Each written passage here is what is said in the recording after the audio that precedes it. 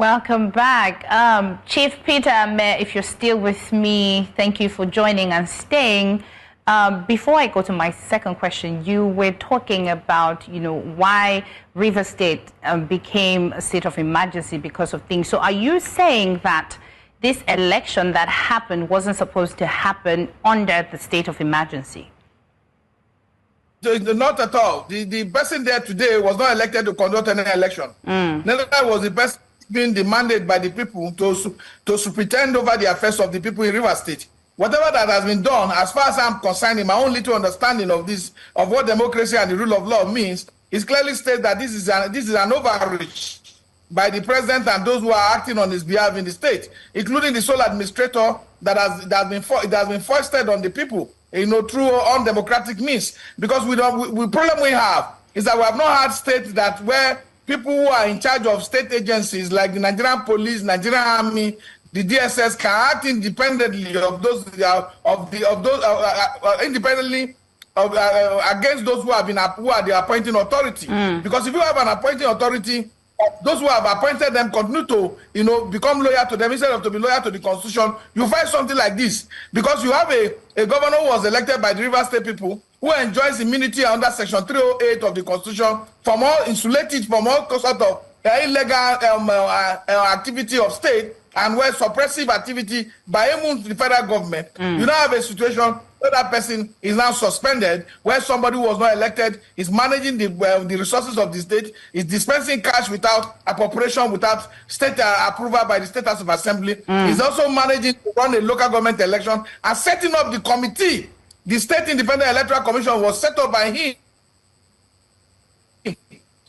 for this purpose. It is totally unacceptable. We cannot continue to lay such precedent within our democratic framework, because we cannot undermine democracy in the process of building it. It is clear that we have a state capture scenario situation in our hands, and because our citizens are no longer looking at it from a point where government deliver for their people, most of them are resigned to fate and have accepted this negative situation as their reality. This is not a reality in the democracy. The reality in the democracy is for you to allow due process. It's for you to allow, even if they wanted to impeach, like Wike claimed, they should have impeached the governor, which would have been good for enriching our democratic fireworks. So you have a situation where they felt they were having obstacle in getting through the recommendation of the state, the chief judge of the state. So they now decided that the best option to do is to declare state of emergency so that the state can be captured for the APC. I'm not in the PDP. I don't know the governor, but the fact remains that the intent and purpose of that decision was to get the state for the APC. Because what we see today is that even when the peace meeting was called by the president, there were more to the man who was elected than those who were fighting him. And today you see the report from the local government election. We are aware that local government election is the most undemocratic fraud fostered on our democracy, because the governors determine who wins. All the time from across the state, the party in power in the state are usually the one that are victorious. So you can see that the hand that I've displayed is the hand of the APC, where the APC have won 20 local government out of the 23 local governments in the state. So it clearly shows that there's a problem, and we must be able to get more people to understand the advocacy we are doing. We are not doing it because we want to be governor of the state.